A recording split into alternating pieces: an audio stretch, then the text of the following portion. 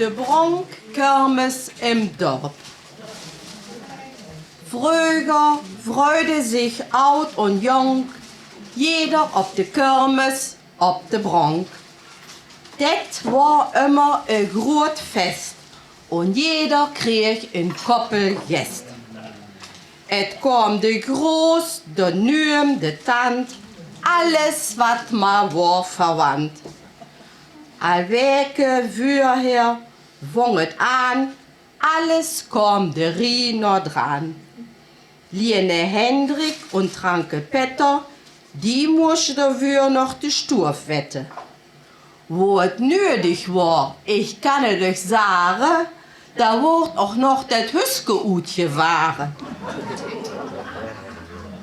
Die Türe und Porte, die wurden angestrichen, das wird ihr wohl all noch gut weten.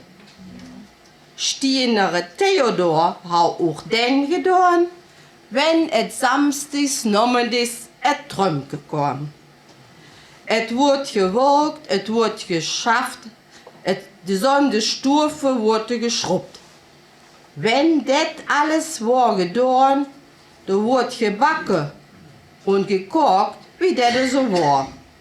Sahnekuchen govet nicht, da war leckere Kranz und Rosine weg.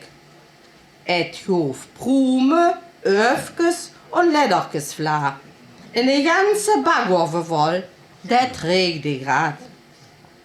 In lecker Zuckervla durft auch nicht verjäte. Und in de Kuchen und Liebesperlen, der wird auch noch gejäte. Da lässt de Koppes ut de Ton, du wurd verwahrt bis St. Jan. Koppes mit Bonne und ein groot Stück Schenk, dat ote se all, dat kannt jedes Genk. Wenn doch Kaffee über war, da war Leben op de Straat. Auch op de Straat so het festlich ut, de Büschstänger op, de Wanehunger ruht. De Büsch mit Fänkes, Krone und Schlängere geschmückt, in der Mitte eine fromme Spruch. Davon war jeder entzückt. De Musik trocht ab, wie der Tüt noch ess, und die Schötte dahenger, die marschierte mit Schmess. Und für die Känger war gesorgt, Wölmate waren abgebaut. Da stong Öcke Jan und Mangols Pietje und Leppi Strü mit de Döschke Lakritze. Wie Witz ob der Plei, ich kenn noch de Stell, steng Ekeboom mit det Perzkarussell. Und da wurd gewahre, et wurde es niedelang, für 2 Pfennige kommen wir an de Stang. Und die Drehorgel, die spielte so schön, et kommen nur ans falsche Tön. Die Gäste, die sparte an Kirmesgeld nicht, jedes Gang krieg ein paar Groschen mit.